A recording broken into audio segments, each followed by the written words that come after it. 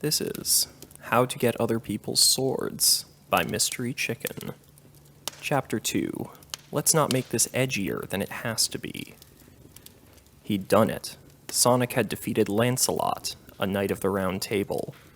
He was cornered, sword out of reach, Caliburn at his throat and everything. Sonic couldn't believe it. And now? What was he supposed to do now?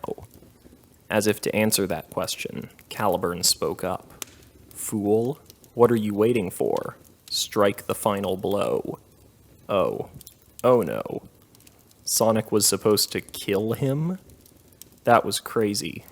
It was crazy, wasn't it? All this talk of chivalry and bravery, and Caliburn wanted him to kill people? Sonic looked to Lancelot for an answer, but he just stared back, utterly resigned to his fate. What are you waiting for, Knave the Hedgehog? If you're done with thoroughly humiliating me, why don't you finish me off? This was not good. Sonic couldn't do something like kill a person, could he? Nope, he couldn't. They expected him to, but since when did Sonic go along with other people's expectations? Sonic steeled himself as if he was preparing to run Lancelot through. Lancelot closed his eyes, waiting for the final blow. Sonic smirked.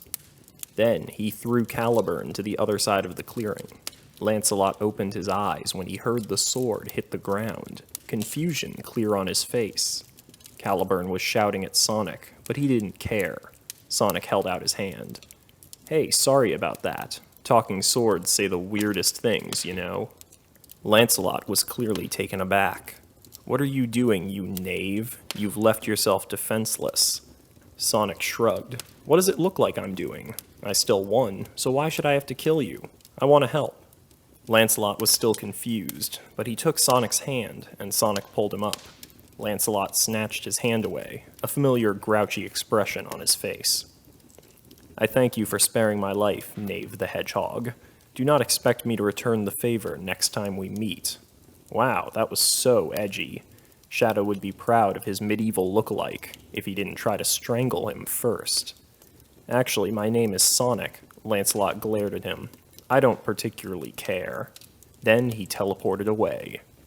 Alright, jerk, Sonic said to no one in particular. Then he walked over to retrieve a very angry Caliburn. What were you thinking, you complete and utter fool? You were leaving yourself completely vulnerable, you half-wit, and how dare you throw me across the field like that, you imbecile? Why, I ought to. While Caliburn went through every synonym for idiot he could think of, Sonic noticed something.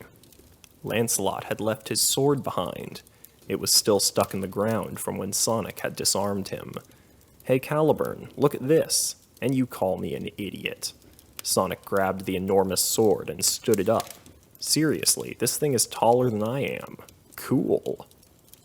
Caliburn was still furious. Are you even listening to me anymore, you dunce? He hollered. Sonic sighed. Hey, calm down, all right. We're both alive, and I got this sweet sword, so can you stop yelling at me? Sonic pleaded. No, Caliburn snapped. Figures. We should keep moving, he added. The Lady of the Lake is right up ahead.